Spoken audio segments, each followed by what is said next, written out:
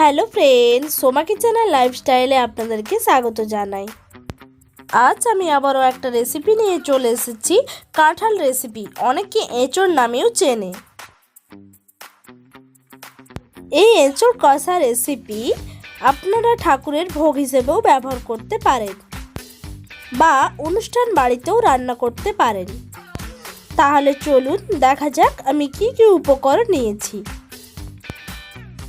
এঁচোড়টা আমি এভাবে চৌকো করে কেটে নিয়েছি, আলু চৌকো করে কেটে নিয়েছি, সবগুলো ধুয়ে নিয়েছি। আদা জিরে শুকনো লঙ্কা পেস্ট করে নিয়েছি। রিফাইন অয়েল নিয়েছি, সম্পূর্ণ রেসিপিটা আমি রিফাইন অয়েলে বানাবো। 1 টিস্পুন ম্যাগি মশলা নিয়েছি, 1 টিস্পুন লঙ্কা গুঁড়ো নিয়েছি, 1 টিস্পুন লবণ নিয়েছি, 1 টিস্পুন হলুদ গুঁড়ো নিয়েছি। এই সব উপকরণ দিয়ে আমি বানিয়ে নেব এঁচোড় কষা রেসিপিটা উনুনে দেখাবো, তাই উনুনটা ধরিয়ে কড়াইটা বসিয়ে দিয়েছি।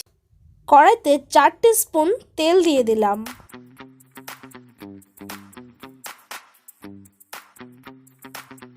তেল গরম হয়ে গিয়েছে, আমি প্রথমে এঁচোড়টা কষে নেব।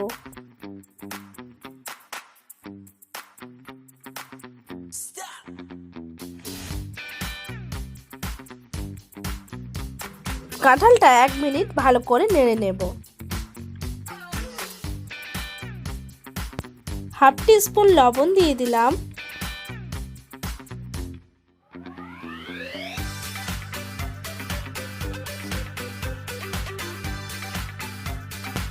দশ থেকে 15 মিনিট ভেজে নেব।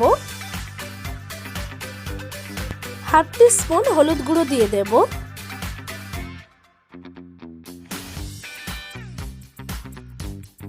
ভালো করে নেড়ে নেব। এঁচোড়টা লাল লাল করে ভেজে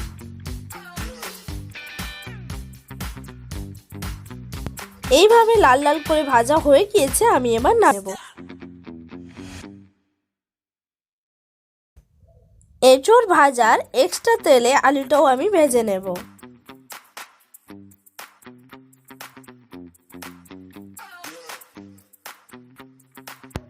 হাফ টিস্পুন লবণ দিয়ে দিলাম আর 1/2 টিস্পুন হলুদ গুঁড়ো দিয়ে দেব।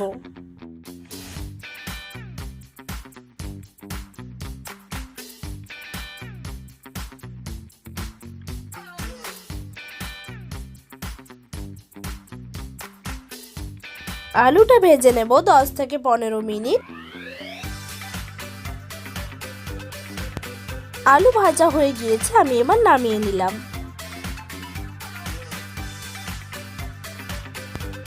আলু ভাজার এক্সট্রা তেলে আমি আদা জিরা শুকনো লঙ্কার পেস্টটা দিয়ে দিলাম। লঙ্কা গুঁড়ো 1 টিস্পুন করে আমি দিয়ে দিলাম।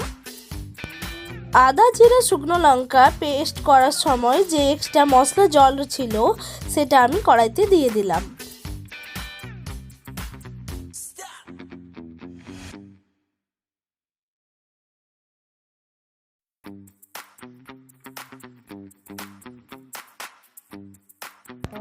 পাঁচ থেকে 6 মিনিট কষিয়ে নেব।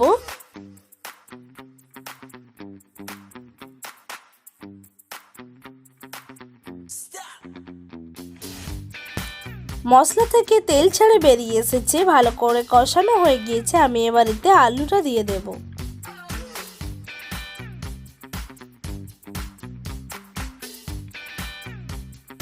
দু থেকে 3 মিনিট আলুটা কষিয়ে নেব। আলুটা কষানো হয়ে গিয়েছে, এবার আমি কাঁঠালটা দিয়ে দেব।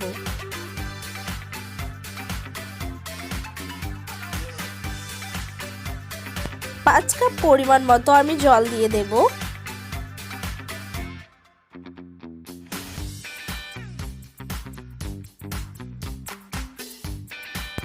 পাঁচ থেকে 6 মিনিট ফুটিয়ে নেব। রেসিপিটা খুব সুন্দর কালার হয়েছে।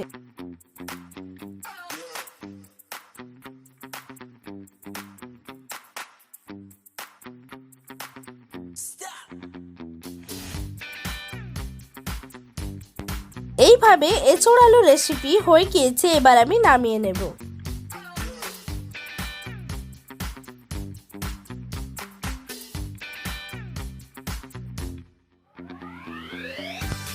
এইভাবে কাঁঠাল রান্না করা হয়ে গিয়েছে, দেখুন কত সুন্দর লাগছে।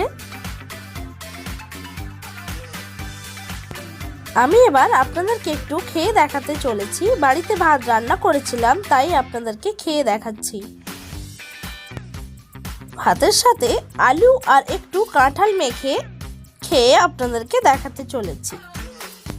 বন্ধুরা, আমার ভিডিও যদি আপনাদের ভালো লেগে থাকে লাইক করবেন, কমেন্ট করবেন, শেয়ার করবেন, সাবস্ক্রাইব করবেন, পাশে থাকা বেল আইকন অন করে দেবেন পরবর্তী নোটিফিকেশন পাওয়ার জন্যে। খেতে খুব ভালো লাগছে, আপনারাও বাড়িতে এই রেসিপিটা বানিয়ে দেখুন, আপনাদেরও ভালো লাগবে।